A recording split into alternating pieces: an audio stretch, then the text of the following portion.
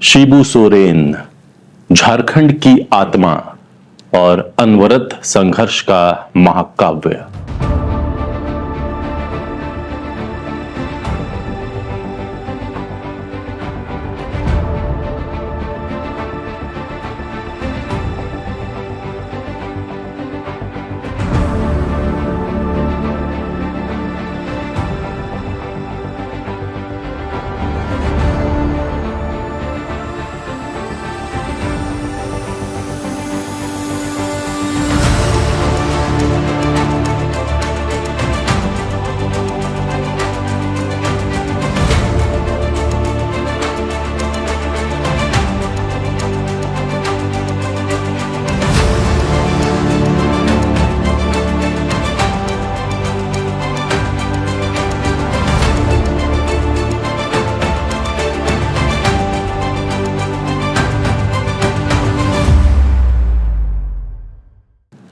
महाजनी प्रथा के खिलाफ विद्रोह से लेकर अलग राज्य के निर्माण तक का सफर, शांत सियासत का शलाका पुरुष, झारखंड की सबसे बुलंद आवाज थे शिबू सोरेन।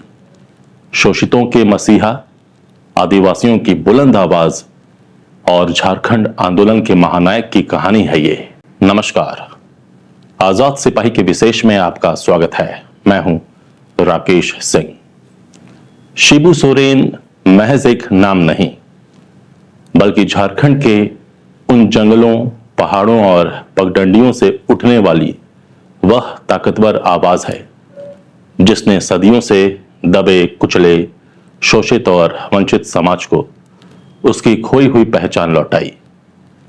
शिबू सोरेन का जीवन किसी महाकाव्य से कम नहीं है, जहां एक व्यक्तिगत त्रासदी ने उस चिंगारी को जन्म दिया जो आगे चलकर लाखों लोगों की आशा, उनके स्वाभिमान और उनके सपनों के साकार होने का प्रतीक बन गई। आजाद भारत के इतिहास में शिबू सोरेन संभवतः एकमात्र ऐसी शख्सियत हैं जिन्होंने पूरे 4 दशकों तक अलग झारखंड राज्य के आंदोलन का अविचल नेतृत्व किया। झारखंड आंदोलन के प्रमुख स्तंभ और झारखंड मुक्ति मोर्चा के संस्थापक शिबू सोरेन को मरणोपरांत पद्म भूषण से सम्मानित किया गया। उन्हें यह सम्मान सार्वजनिक जीवन में उनके लंबे योगदान और झारखंड राज्य के गठन में निभाई गई ऐतिहासिक भूमिका के लिए दिया गया। श्री शिबू सोरेन मरणोपरांत लोक कार्य उनकी पत्नी श्रीमती रूपी सोरेन।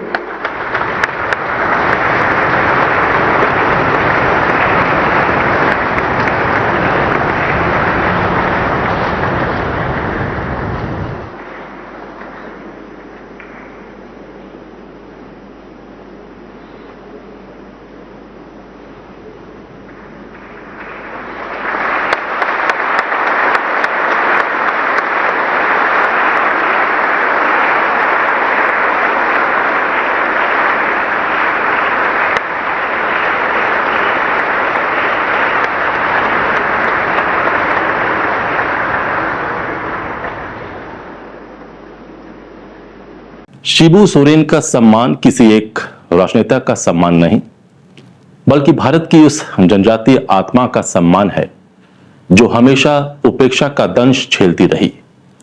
आज के आक्रामक राजनीति के दौर में गुरुजी अकेले ऐसे जन नेता रहे हैं जिनकी शांत, संयंत्र और शालीन कार्यशैली ने उन्हें सत्ता के प्रपंचों से हमेशा दूर रखा।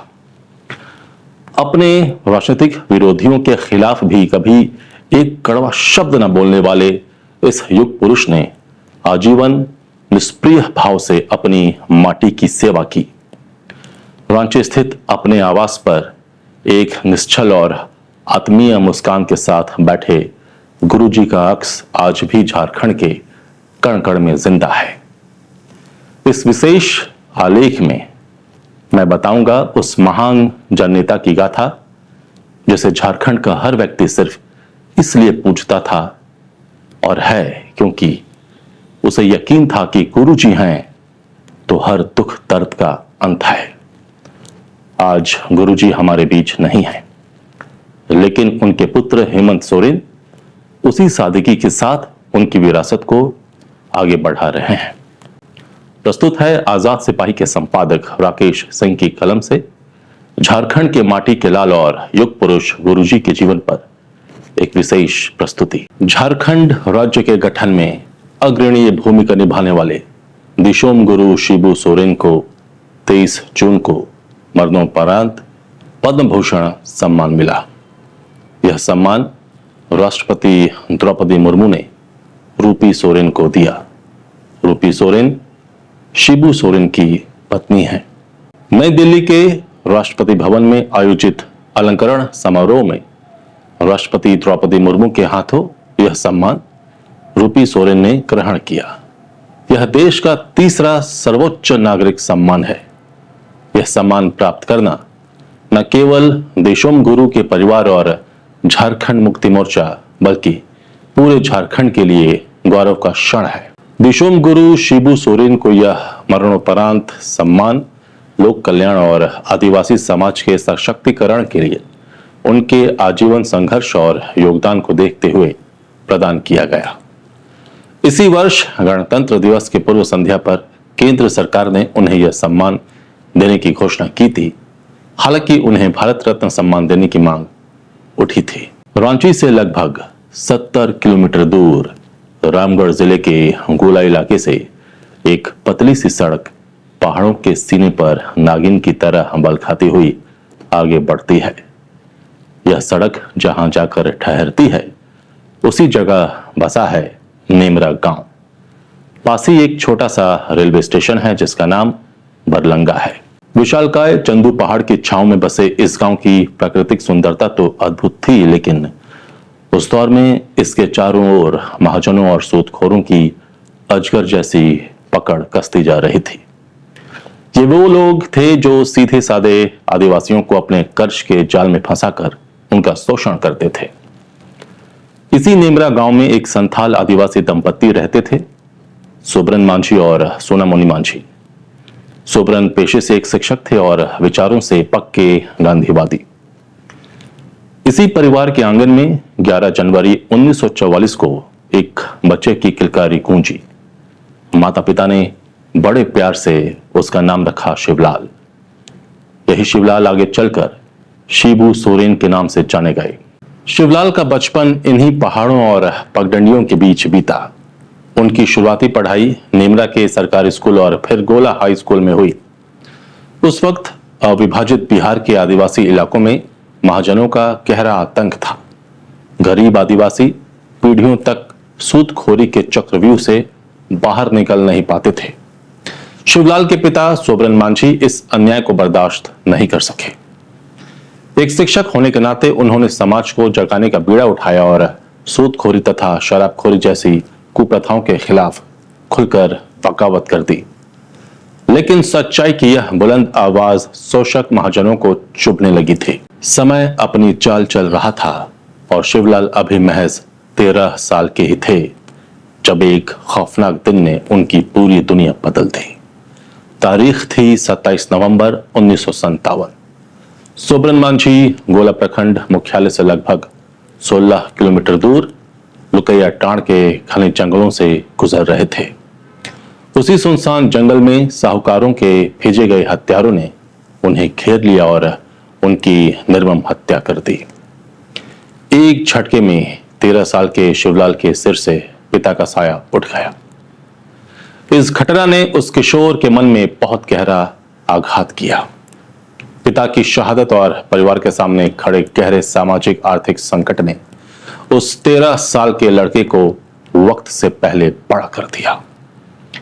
इस भयंकर त्रासदी और महाजनों के प्रति उपजे आक्रोश ने शिवलाल के भीतर वह आग पैदा की जिसने आगे चलकर उन्हें शोषितों की आवाज और अन्याय के खिलाफ लड़ने वाला उनका रहनुमा बनाया। और यहीं से एक आम लड़के शिवलाल के शिबू सोरेन बनने की संघर्षपूर्ण यात्रा का जन्म हुआ। शिबू सोरेन के जीवन में कहानियां ही कहानियां थीं। किसी की समझ में नहीं आता था कि वह कहां से शुरू करे और कहां खत्म करे। उनके जीवन का हर दिन नई कहानी लिखता था। जिस तरह से चट्टानें हजारों साल का इतिहास अपने सीने में संजोए रखती है, उसी तरह दिशोम गुरु का जीवन किस्सों, कहानी और असंख्य दुखों से रंगा हुआ था। वह संघर्ष और आंदोलन की जीती जागती मिसाल थे। चादर में बच्चे को पीठ पर लटकाए धान रोपती पहाड़ी स्त्री रोप रही है अपना पहाड़ सा दुख, सुख की एक लहलहाती फसल के लिए। प्रसिद्ध कवित्री निर्मला पुतुल की ये पंक्तियां झारखंड की चर्चा होते ही जहन को ऐसे कुतरने लगती हैं जैसे भूख से व्याकुल चूहिया किसी सड़ते चमरौधे चूते को कुतरने लगती है। कविता की बाह पकड़े सैकड़ों संघर्ष याद आने लगते हैं जो अपनी माटी, पहाड़, पेड़, पानी और जिंदगी की हिफाजत में लड़ गए। हजारों कविताएं बादल बनकर आकाश को ढक लेती है। याद आने लगते हैं सीधो, कान्हू, चांद भैरव, तिलका मांझी, बिरसा और तानाजी भगत, और याद आने लगती हैं सिंगी दई।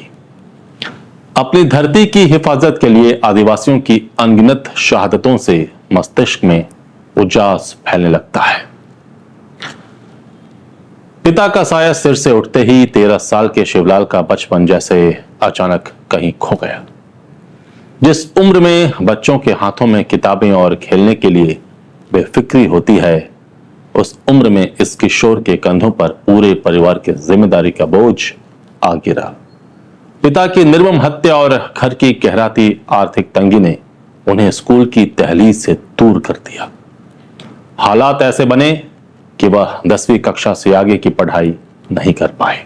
लेकिन उस 13 साल के लड़के ने अपने हालातों के आगे घुटने नहीं टेके। उसने आंसुओं को अपनी ताकत बनाया और एक कड़ा प्रण लिया, अपने पिता के अधूरे काम को पूरा करने और गरीबों की आवाज बनने का। परिवार की जीविका चलाने के लिए उस लड़के ने जिंदगी के सबसे कड़े इम्तिहान दिए।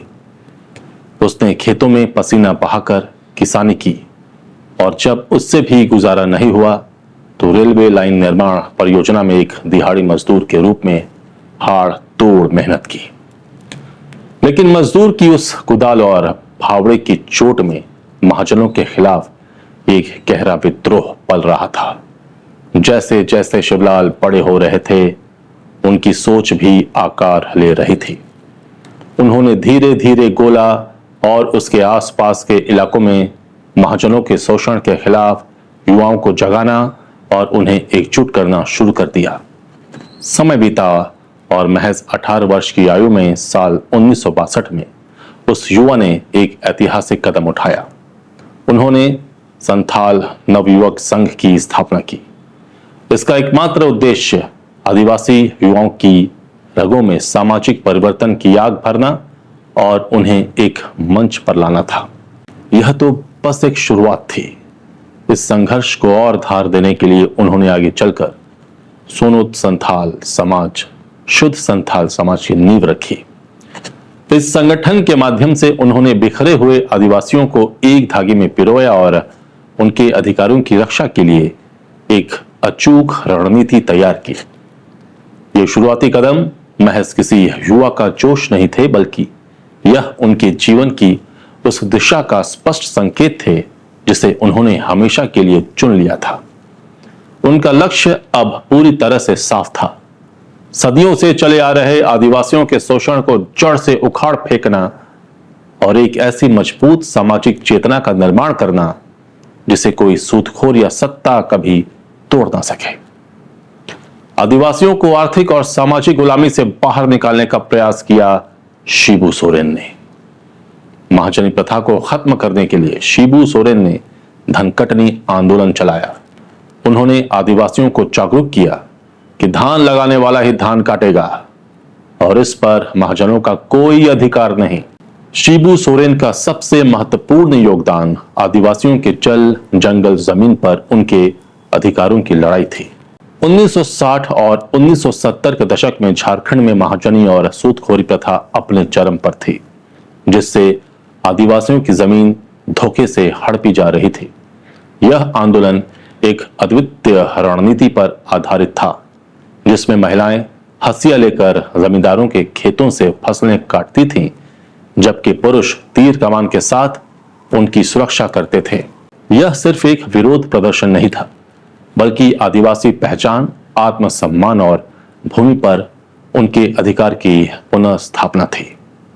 इस आंदोलन ने आदिवासियों को शोषण के खिलाफ लड़ने का साहस दिया और उनकी सामूहिक शक्ति का प्रदर्शन किया। यह संघर्ष विनोबा भावे के भूदान आंदोलन और जयप्रकाश नारायण के संपूर्ण क्रांति आंदोलन जैसे अन्य भारत रत्न प्राप्तकर्ताओं के सामाजिक सुधार आंदोलनों के समान है। यह शिबू सोरेन के संघर्ष को एक व्यापक राष्ट्रीय संदर्भ प्रदान करता है, जहां उनका योगदान केवल क्षेत्रीय राजनीतिक तक सीमित नहीं था, बल्कि स्वतंत्रता के बाद भारत में सामाजिक न्याय की सबसे मजबूत लड़ाइयों में से एक था। उन्होंने आदिवासियों को आर्थिक और सामाजिक गुलामी से बाहर निकालने का प्रयास किया और एक ऐसी ग्रामीण आधारित अर्थव्यवस्था का मॉडल समझाया जो लोगों को आत्मनिर्भर बना सके। शिबू सोरेन ने 1969-70 में नशाबंदी, साहूकारी और जमीन बेदखली के खिलाफ जन आंदोलन शुरू किया, जिसने उन्हें आदिवासी समाज का नायक बना दिया। 70 से 80 के दशक में धनकटनी आंदोलन बहुत बड़ा हो गया। उन्होंने झारखंड के किसानों, कामगारों और काश्तकारों को एकजुट किया और आदिवासियों को शोषण से मुक्त करवाने में अहम भूमिका निभाई। यही वजह है कि शिबू सोरेन को झारखंड के लोगों ने दिशोम गुरु की उपाधि दी। दिशोम का मतलब देश को दिशा देने वाला होता है और यहाँ देश का मतलब आदिवासी क्षेत्र से है। 1970 से 1975 के बीच शिबू सोरेन रात्रि पाठशाला चलाते थे, ताकि दिन भर अपना काम निपटाने के बाद आदिवासी लोग पढ़ पाएं। शिबू सोरेन का मानना था कि शादी और त्योहारों पर खर्च कम करना चाहिए और पैसा बचाकर उसे शिक्षा पर लगाना चाहिए। उन्होंने आदिवासियों के उत्थान के लिए सामूहिक खेती, पशुपालन, रात्रि पाठशाला पर जोर दिया। शिबू सोरेन को पता था कि उनका समाज शिक्षा की रोशनी से ही आगे बढ़ सकता है। उनका समाज पढ़ेगा तभी अन्याय के खिलाफ लड़ेगा। उन्होंने गरीब छात्रों को लालटेन तक बांटे ताकि वे रात में पढ़ सकें। जीवन का बड़ा हिस्सा उन्होंने जंगलों, पहाड़ों और गांवों में लोगों को एकजुट करने में बिताया। आदिवासी समाज में व्याप्त बुराइयों को दूर करने के लिए सामाजिक आंदोलन को धार दी। पोखरिया आश्रम की खामोशी आज भी बुलाती है। पहाड़ पर गुमसुम बैठे पहाड़ी आदमी के चेहरे पर दिख रहा है पहाड़ का भूगोल।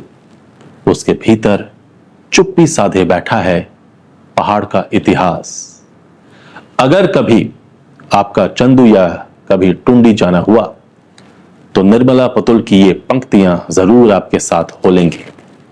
आप जब टुंडी जाएंगे तो हो सकता है कि राजमहल की पहाड़ियों पर बैठा आदिवासी आपको इस कविता का नायक लगने लगे, क्योंकि यही वह जमीन है जहां से झारखंड मुक्ति मोर्चा की शुरुआत हुई और शिबू सोरेन जननायक के रूप में उभरे।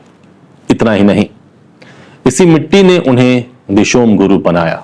1972 के पहले यह पूरा क्षेत्र महाजनों के चंगुल में कराह रहा था। आदिवासियों और खेतीहर कुर्मियों, कोयरियों की हालत खराब थी। भूख और रोग की फसल पूरे क्षेत्र में लहलहा रही थी।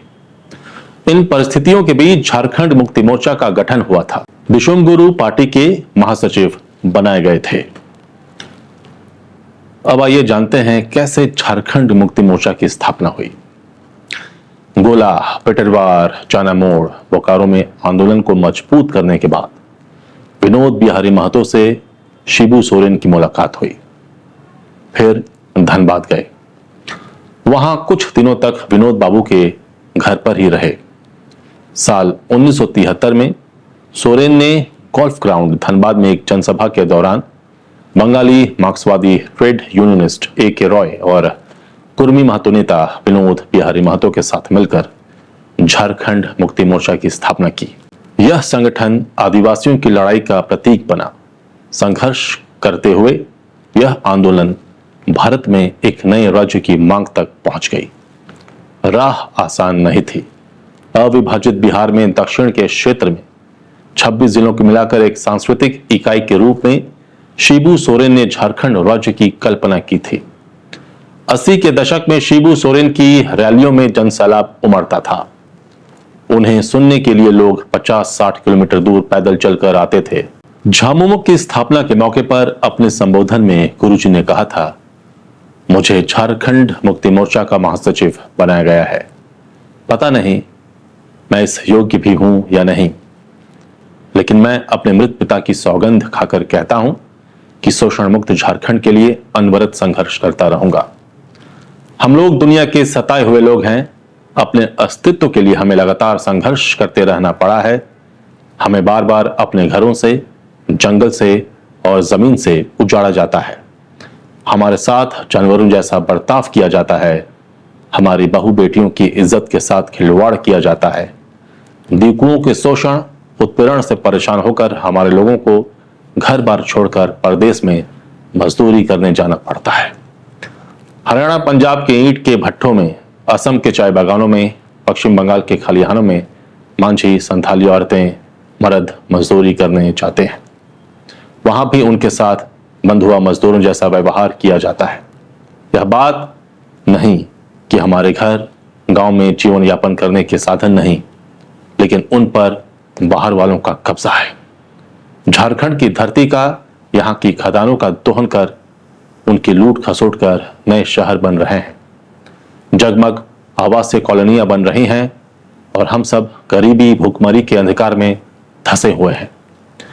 लेकिन अब यह सब नहीं चलेगा। हम इस अंधेर गर्दी के खिलाफ संघर्ष करेंगे। शिबू सोरेन जब जेएमएम के पहले सांसद बने तो आदिवासियों की आवाज संसद तक सुनाई देने लगी। पहली बार सांसद बनने के बाद जब उन्होंने संसद में भाषण दिया तो वह शराब के खिलाफ बोले। शिबू सोरेन का मानना था कि आदिवासियों का विकास तब तक नहीं होगा जब तक वे इससे दूर नहीं होंगे। शिबू सोरेन को सुनने के लिए लोग 2-3 बजे रात तक इकट्ठा रहते। 1980 के जून महीने में हुए बिहार विधानसभा के चुनाव में खासकर संथाल परगना की 18 सीटों में से 8 सीटों पर झामुमो ने जीत का परचम लहराया था। इस जीत ने क्षेत्र की जनता के करीब 4 दशक से शिथिल पड़े झारखंड अलग राज्य की मांग पर मुहर लगा दी। इसी समय झारखंड के गांधी कहे जाने वाले शिबू सोरेन के नेतृत्व में अलग झारखंड राज्य के आंदोलन ने जोर पकड़ लिया। कपकपाती ठंड रात में भी भारी तादाद में इस क्षेत्र के लोग शिबू सोरेन की एक झलक पाने और उनके भाषण को सुनने के लिए रात भर सभा स्थल पर जमे रहते थे। देश में शायद ही ऐसा कोई नेता हो जिनके भाषण को सुनने के लिए लोग 2-3 बजे रात तक इकट्ठा रहते हों। उनकी राजनीति में प्रविष्ट किसी पारंपरिक राजनीतिक महत्वाकांक्षा से प्रेरित नहीं थी, बल्कि एक व्यक्तिगत अन्याय के खिलाफ उपजे आक्रोश और अपने समुदाय के लिए न्याय की गहन प्रतिबद्धता का परिणाम थी। यह कारक उन्हें उन नेताओं की श्रेणी में रखता था जिनका उदय व्यक्तिगत बलिदान और सार्वजनिक सेवा के एक गहरे नैतिक भाव से हुआ था। इस प्रकार उनका संघर्ष केवल सत्ता प्राप्ति का नहीं था, बल्कि अपने समाज के उत्थान और उसके लिए सामाजिक न्याय सुनिश्चित करने का था। 1970 के दशक में शिबू सोरेन ने कई रातें गिरिडीह, पारसनाथ और धनबाद के जंगल और पहाड़ों में गुजारी।